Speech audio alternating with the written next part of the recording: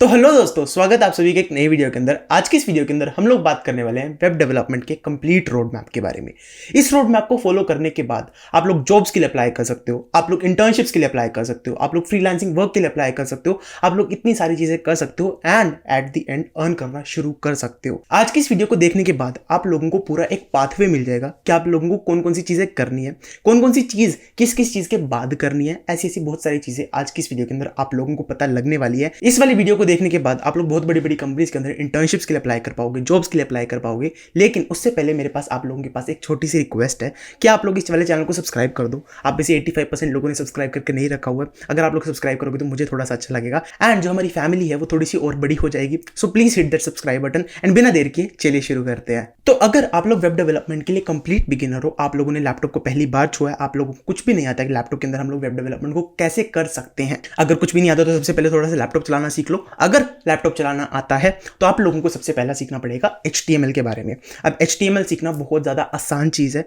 अगर आप लोग सीखने जाओगे ना, स्टार्टिंग में थोड़ी बहुत डिफिकल्टीज आती हैं आप लोगों के पास, लेकिन आप लोग किसी भी क्लास के अंदर हो, आप लोग किसी भी कॉलेज के अंदर हो, आप लोग कहीं पे भी हो, आप लोग HTML को बड़े आराम से सीख सकते हो। एंड ये सारी चीज़ें मैं क्यों कह पा रहा हूँ, क्योंकि मैंने खुद की बहन को भी HTML सिखाया। आप लोग एक ढांचा क्रिएट करना सीख पाओगे, आप लोग समझ पाओगे कि एक वेब पेज कैसे क्रिएट किया जाता है, कैसे आप लोग एक वेब पेज को होस्ट कर सकते हो, कैसे आप लोग एक वेब पेज को क्रिएट कर सकते हो। आप लोग टैग्स के बारे में जानोगे, आप लोग बहुत सारे अलग अलग चीज़ों को इंटीग्रेट करने के बारे में जानोगे। HTML के थ्रू आप लोगों की बहुत ज़्यादा अच्छी नॉलेज आप लोगों को गेन होगी। एंड HTML के लिए आप लोगों के पास मेरा खुद का भी कोर्स है। मैंने अपने चैनल के ऊपर HTML का कोर्स बनाया हुआ है। अगर आप लोग चाहते हो तो मैं डिस्क्रिप्शन के अंदर लिंक दे दूंगा, आप लोग वहां से जाकर भी पढ़ सकते हो, या फिर आप लोग कोड विद हैरी की वीडियोस देख सकते हो जिसके अंदर उन्होंने HTML इन वन वीडियो सिखाया है। तो दोनों के दोनों रिसोर्सेज बहुत ज़्यादा बेस्ट है। आप लोग कहीं से भी जाके HTML को सीखना शुरू कर सकते हो। अब जब आप लोगों ने HTML को सीख लिया, अब आप लोगों को सीखनी पड़ेगी CSS। अब CSS सीखना भी HTML जितना ही आसान है। अब HTML के अंदर तो हम लोगों ने क्या किया था, हम लोगों ने एक वेब पेज को क्रिएट किया था। अब CSS क्या करेगा, उस वेब पेज का मेकअप करेगा। अगर आप लोगों ने मेरे कोर्स को ध्यान से फॉलो किया है तो मैं छिपकली देवी का बहुत ज़्यादा नाम लेता हूँ।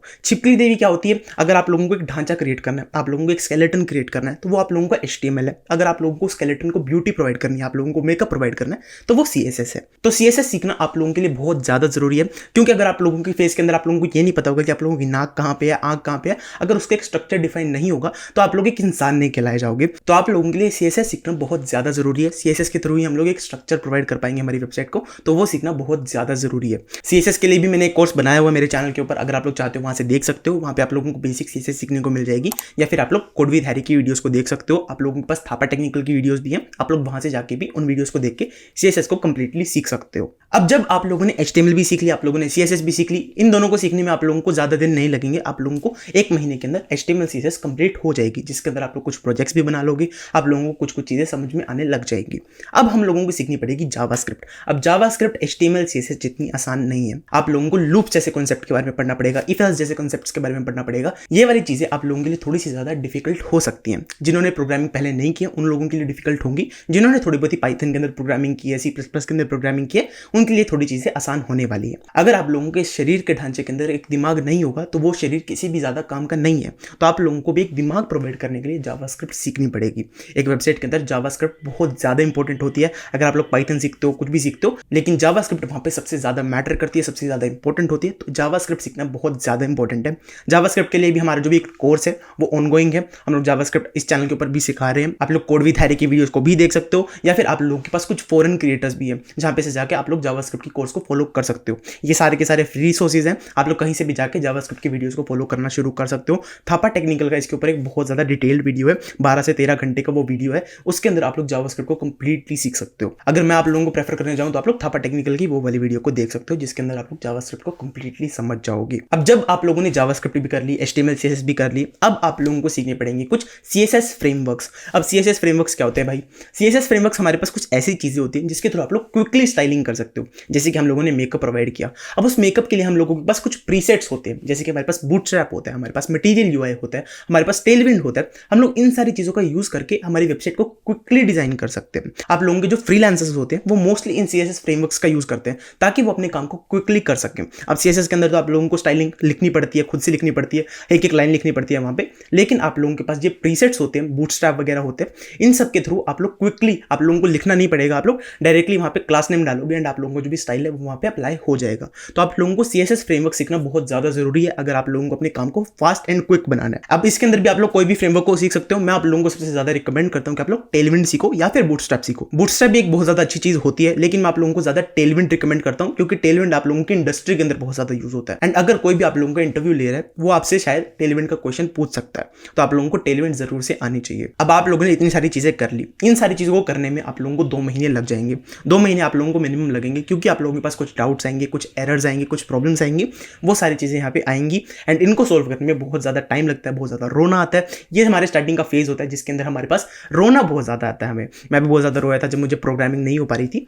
आप लोगों के साथ भी ऐसा होगा। मेरे पास बहुत सारे कमेंट्स आते हैं जिसके अंदर बच्चे आके कहते हैं कि मेरे पास ये प्रॉब्लम सोल्व नहीं हो पा रही यार, मैं तो प्रोग्रामिंग छोड़ रहा हूँ। ये सारी चीज़ें आप लोगों को छोड़नी नहीं है, ये एरर सबके साथ आते हैं एंड मेरे साथ भी आ चुके हैं, तभी मैं आप लोगों को ये चीज़ बता पा रहा हूँ। इस चीज़ से बिल्कुल भी डरना नहीं है। ये एरर्स धीरे धीरे आप लोग खुद सोल्व करना सीख जाओगे। अगर आप लोगों के पास कोई भी बड़े भाई बहन है जिनके पास आप लोग जाके इन सॉफ्टवेयर इंजीनियरिंग की प्रॉब्लम्स का सोल्यूशन फाइंड आउट कर सकते हो, ये चीज़ भी हमारे पास एक सोल्यूशन होता है। इतनी सारी चीज़ों को सीखने के बाद अब आप लोगों को सीखना पड़ेगा गिटहब के बारे में। अगर आप लोग किसी भी कंपनी के अंदर इंटर्नशिप करने जा रहे हो, किसी भी कंपनी के अंदर काम करने जा रहे हो, वहाँ पे गिटहब सबसे ज़्यादा रिक्वायर्ड रहता है।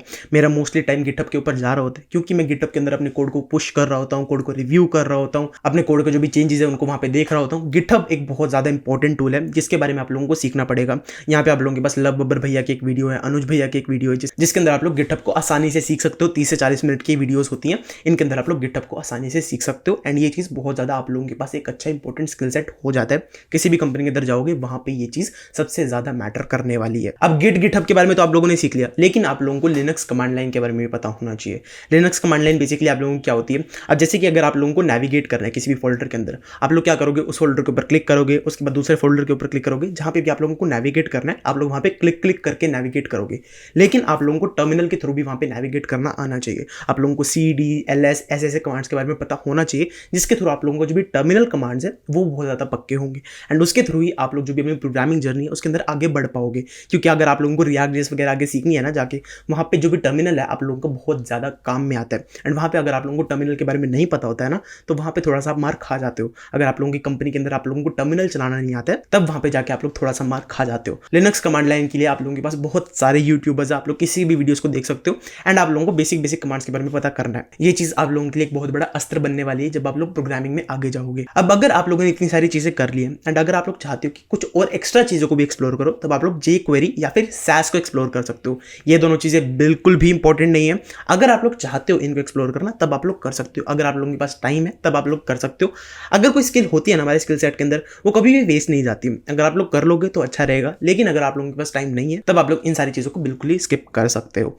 उसके बाद आप लोगों को सीखना पड़ेगा Node.js। अब Node.js के साथ साथ आप लोगों को Express.js भी सीखना पड़ेगा।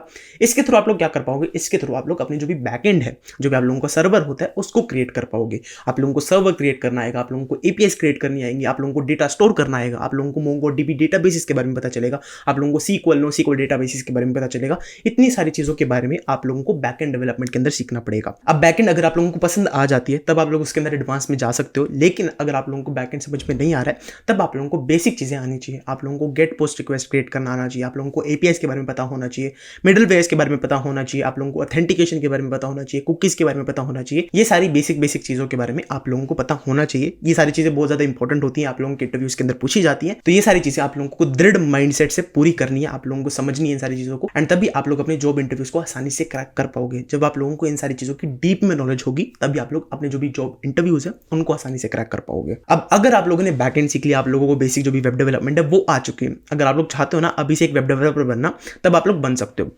लेकिन आप लोगों की जो भी एक डिफरेंशिएटिंग स्किल है वो यहाँ पे क्रिएट होती है जब आप लोग सीखते हो React.js के बारे में। आप लोग React.js भी सीख सकते हो या फिर आप लोग AngularJS भी सीख सकते हो। मेरी जो पर्सनल प्रेफरेंस रहती है वो हमेशा React.js की तरफ रहती है, क्योंकि मैं खुद भी एक React.js डेवलपर हूँ। तभी मैं आप लोगों को React.js ज़्यादा रिकमेंड करता हूँ। एंड क्योंकि मुझे पता है कि उसका पोटेंशियल कैसा है, हमारे पास बहुत सारी बड़ी बड़ी ऐप्स हैं जो कि React.js का यूज़ करती है, तभी मैं आप लोगों को React.js बहुत ज़्यादा रिकमेंड करता हूँ।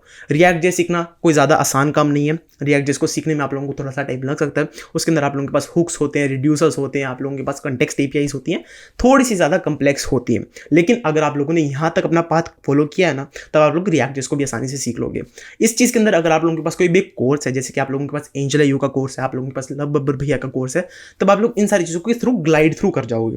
लेकिन अगर आप लोगों के पास एक कोर्स नहीं है, आप लोगों को थोड़े थोड़े रिसोर्सेज के बारे में पता करना पड़ेगा। अब मैंने बहुत सारे वीडियोस को बनाया हुआ है, मैंने बहुत सारे कोर्सेज को रिव्यू किया हुआ है। अगर आप लोग चाहते हो उनकी वीडियोस को देखना, तब आप लोग डिस्क्रिप्शन में दिए गए लिंक्स या फिर आई बटन में दिए गए लिंक से जाके उन वीडियोस को देख सकते हो। वहाँ पे हम लोगों ने कुछ फ्री रिसोर्सेज के लिंक्स भी दिए हैं, वहाँ पे आप लोगों के पास कुछ पेड कोर्सेज भी हैं, तब आप लोग उन सारी चीज़ों को जाके देख सकते हो। अब आप लोगों ने इन सारी चीज़ों को सीख लिया, आप लोगों ने रिएक्ट जेएस का सीख लिया, एक्सप्रेस जेएस, मोंगोडीबी एंड आप लोगों ने नोड जेएस के बारे में सीख लिया। अब आप लोग बन चुके हैं एक मर्ज स्टैक डेवलपर। मर्ज स्टैक डेवलपर बनना एक बहुत ज़्यादा अच्छी चीज़ है, लेकिन आप लोगों को मर्ज स्टैक डेवलपर बनने के बाद कुछ प्रोजेक्ट्स बनाने पड़ेंगे।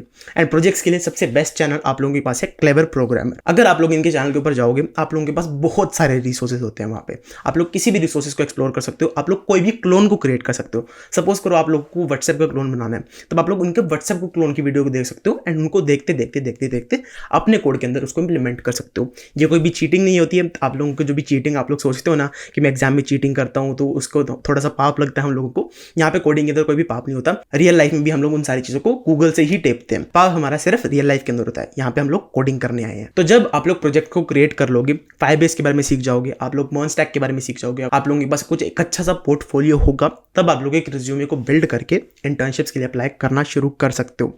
इंटर्नशिप्स के लिए वीडियो चाहिए, जॉब्स के लिए वीडियो चाहिए, मुझे कमेंट सेक्शन में बता देना।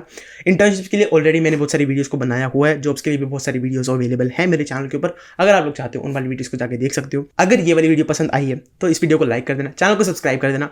85% लोगों ने सब्सक्राइब करके नहीं रखा है, तो प्लीज सब्सक्राइब कर देना। एंड मैं आप लोगों से मिलता हूँ नेक्स्ट वीडियो के अंदर, तब तक के लिए बाय।